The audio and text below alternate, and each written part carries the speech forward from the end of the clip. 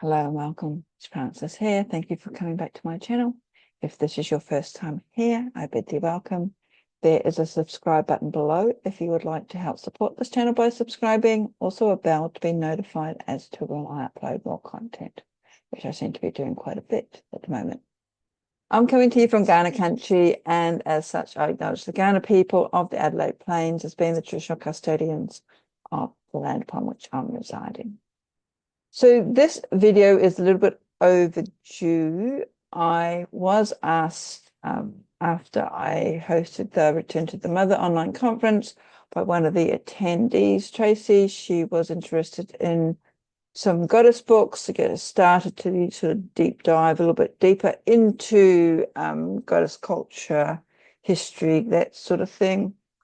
And I'd been, as opposed to just sending out an email, I thought I'll do a video because it's something that I've been asked a little bit. And then this morning I was having a discussion with somebody else who has studied ecofeminism for a number of years, over 30. And this reminded me that I had yet to do Tracy's video. And so I've gone through my bookshelves. These are just the ones that I thought would be sort of good starting points. My interest in goddess myth, goddess stories, feminism, again, like the person I was talking to this morning, goes back a number of years. Some of these books do tend to be a little bit dated. I haven't prepped anything, so, and I don't know, I've got 30 books here, I think, probably more. I've just grabbed a whole lot off my library shelves. And because I have different interests as well, they have come in at different times on my journey as well.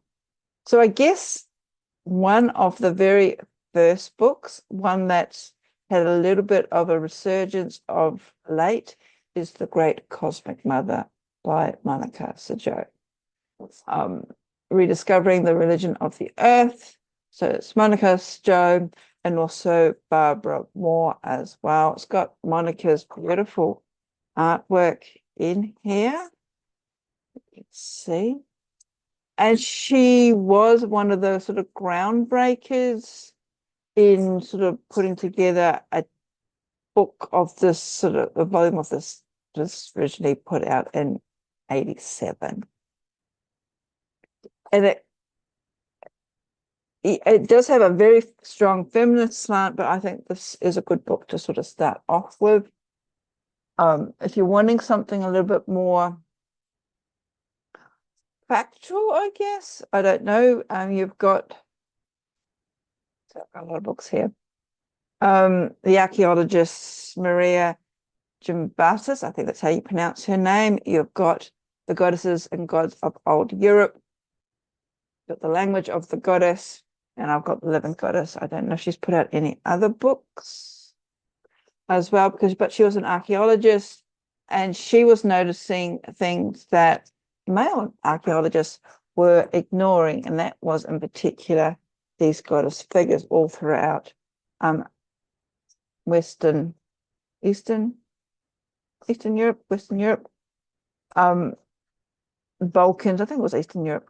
And it was really, again, if you want something more historical, factual, proven, these books are probably a good place to also start. Then we move into goddess myth, or the storytelling, again, coupling that in with historical fact and archaeological evidence. And Bering and Jules Cashford in their tome, The Myth of the Goddess Evolution of an Image. I will put a link or put the titles of these books in the comments below. I also have A Woman's Companion to Mythology, edited by Carolyn Larrington. It's another sort of text. Again, looking at, she's divided this book into cultures around the world: Near East, European, Asia, Oceania, America, and then goddess in the 20th century. Well, Anne Baring and Jules Carringford and their book has sort of divided them into more characters or groupings, like the mother goddess and her lover's son. Then we go through the Paleolithic goddesses, Neolithic, Crete, Bronze Age, Ishtar, Inanna, Egypt, Babylon, Greece. Second part is the sacred marriage of Aphrodite and Tolia. Getting into the Iron Age with the god, the great father god, the hidden goddess in the Old Testament, right through to the sacred marriage of the god and goddess, and then a number of appendixes as well. So there are those two, and the great cosmic mother. Because I was walking or got involved in sort of a magical path around about the same time, one of my first introductions to the whole concept of the goddess, divine feminine, was, of course, Spiral Dance by Starhawk. So this is my 10th anniversary. I think it's now into its 30th. I don't know. Got this in 92. So Spiral Dance, the rebirth of the ancient religion of the great goddess.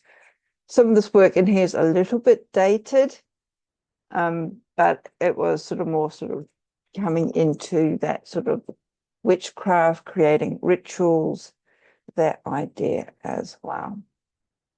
Now, moving on to my next pile here, where we're sort of moving into more feminist books. I think before we do, The Body of the Goddess by Rachel Pollack, Sacred Wisdom in Myth, Landscape and Culture is another one that I recommend. This book in particular, again, breaks down the whole concept of the divine feminine throughout history into sections such as how can the goddess have a body, the visible body, the painted body. So she's looking at the actual, as I said, the body of the goddess and what that actually means. That sort of focuses, into the faces of the goddess. Another book, again, looking at the goddess, how she has appeared in the architecture, the imagery that comes down to us today. And here we're looking at the great mother goddess, the rise of the goddess, or our goddess in our time, Eurasia, even for Eskimo, so it should be Inuit, so a bit dated. Latvia, Mesopotamia, Anatolia, Greece, Mexico, Japan. So there are different goddesses all around the world, different interpretations as well. Moving into the sort of the more feminist area, two authors in particular, can't go past Carol P. Christ, Rebirth of the Goddess, Finding Meaning in Feminist Spirituality, as well as her other books, Odyssey of the Goddess, and her Women's Spirit Rising. I do have another book of hers, the ancient Greek myth. I think she gives another interpretation of the descent of Kore, who she then becomes Persephone. I'm thinking of it, maybe I'm thinking of somebody else. I'm probably thinking of somebody else. Another sort of classic is Riane Eisler, The Chalice and the Blade, Our History, Our Future. This one here, dated again, she looks at the lost world, Paleolithic, Neolithic, and Old Europe. Messages from the past, Neolithic art, Crete,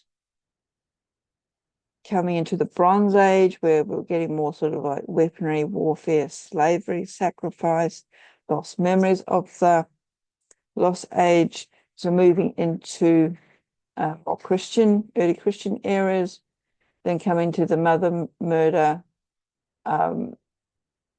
sex and economics, Jesus, So looking at a whole range of areas, not just in the artwork, but also how this is sort of flowed through into culture, how women have been treated. And a lot of this is, we can see it in today's modern age as well. And this is what part of the discussion that I was having this morning. Then sort of, while I'm in that area, I might as well bring in Women Who Run with the Wolves.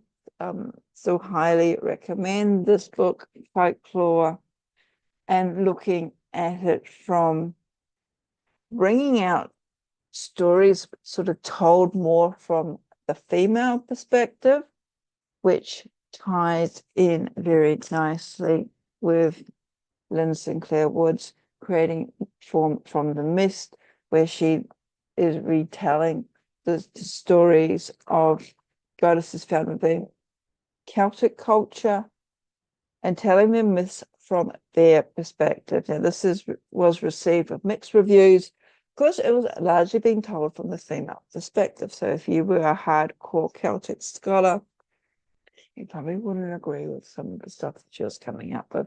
But I actually studied with Lynn when I did my Celtic studies, so she was a local woman here, also an artist as well.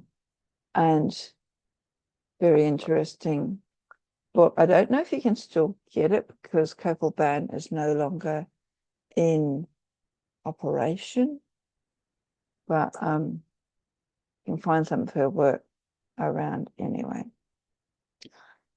Because I did my Celtic studies, I then was introduced to a lot of sort of Celtic books as well. This is probably one of my latest ones, like in the last couple of years, Echoes of the Goddess, The Quest for the Sacred Feminine in the British Landscape.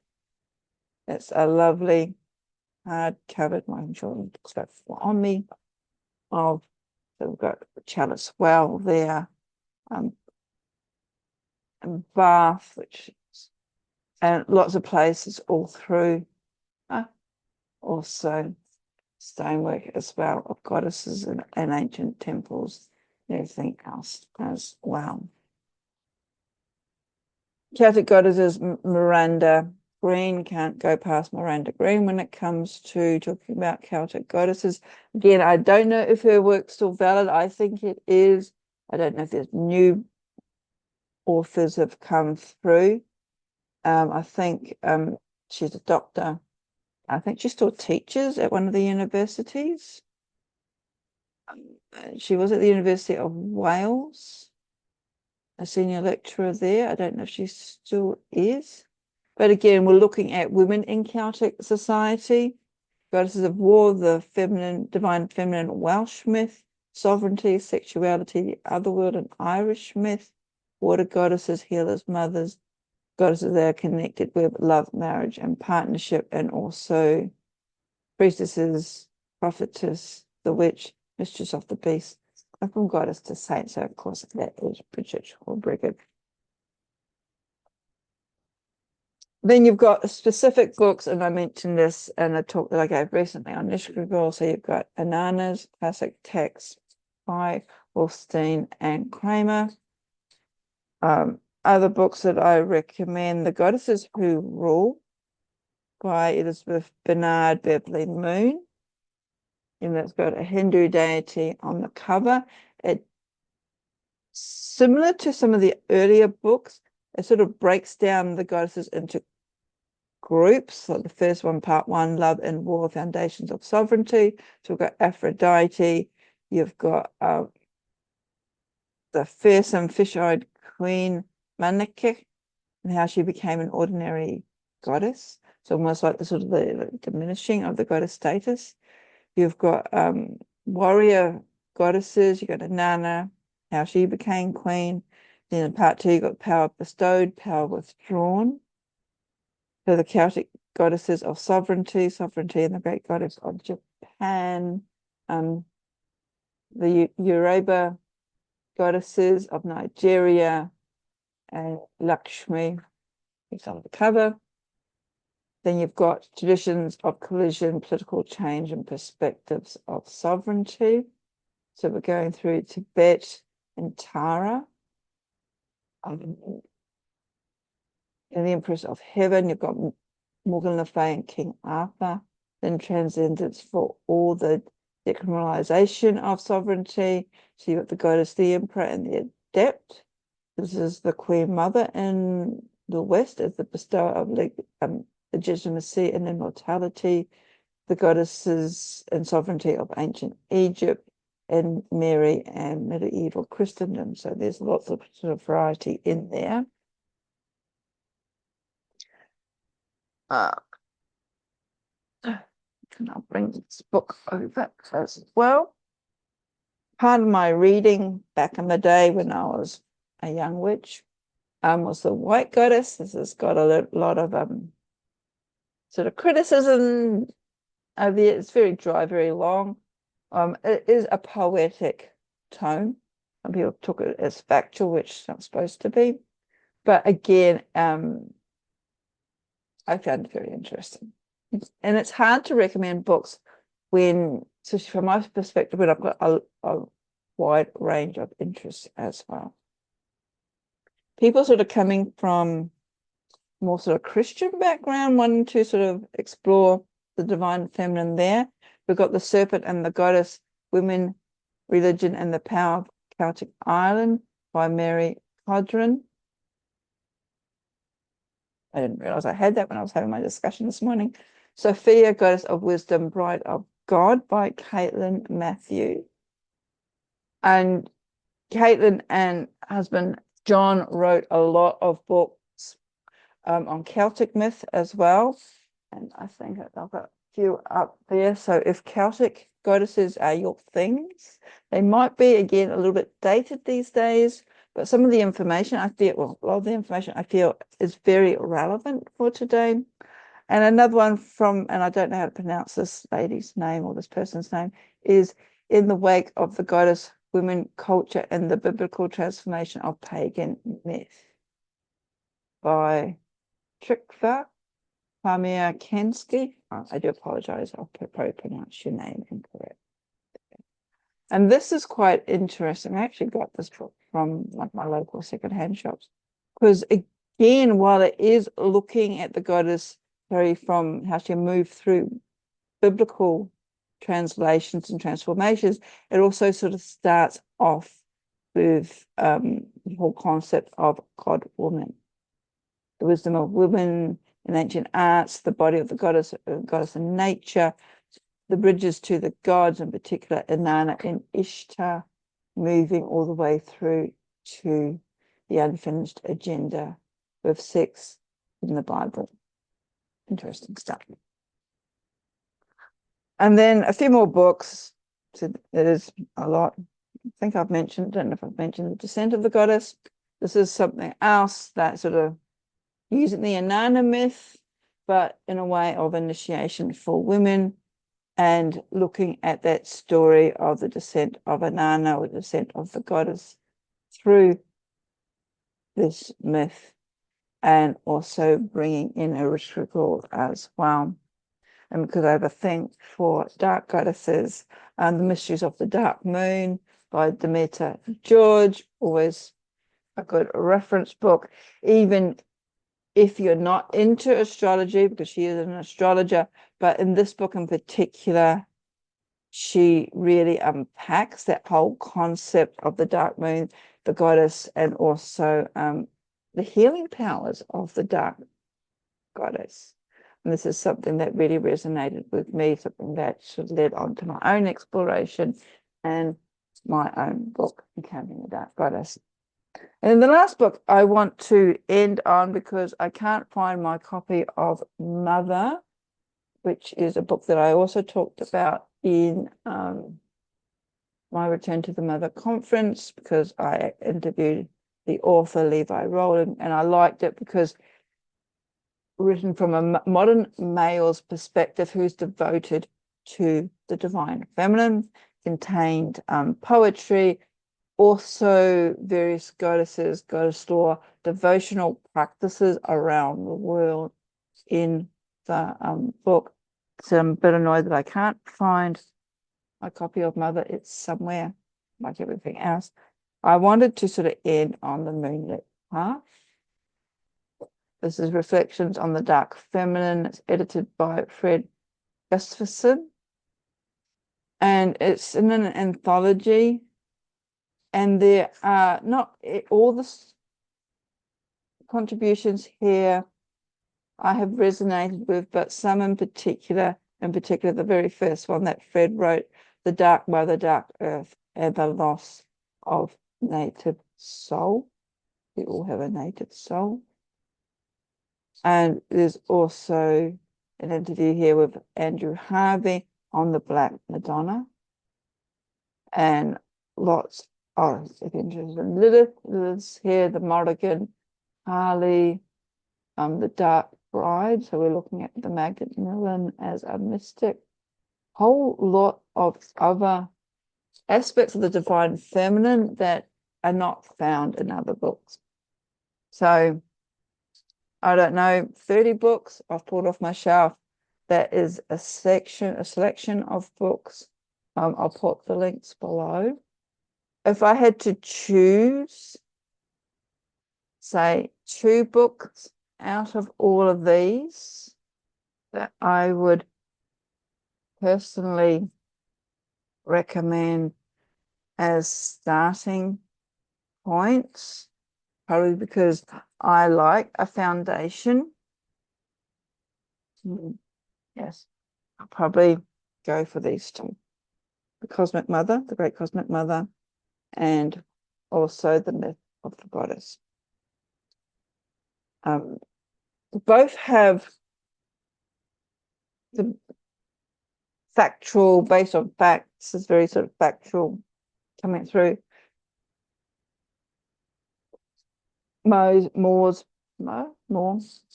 the Great Cosmic Mother has the facts, but it is written in a poetic form and tapping on lots of other things, like even down to cell division, the whole concept of the egg, right back to the beginning of time, at the real beginning of time.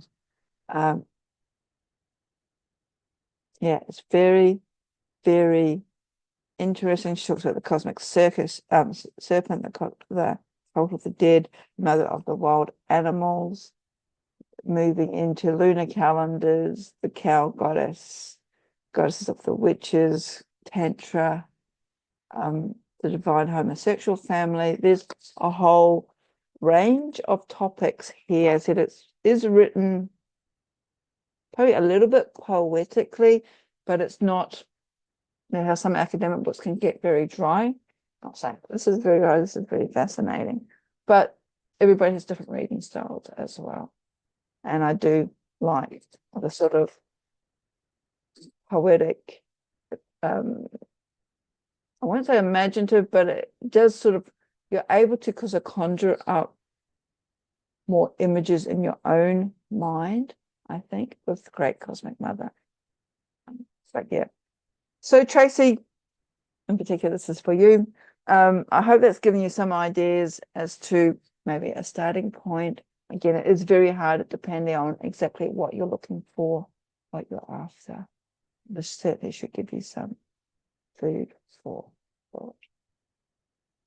And if you're watching this, and I haven't mentioned a book that you would recommend to someone wanting to explore either feminism or the goddess myth culture, having a bit of a deeper dive than, you know, myth. There's a lot of myth books out there these days, but something a little bit more substantial we can get your teeth into, please put the comments below, and happy to add them to any sort of readings. Blessings.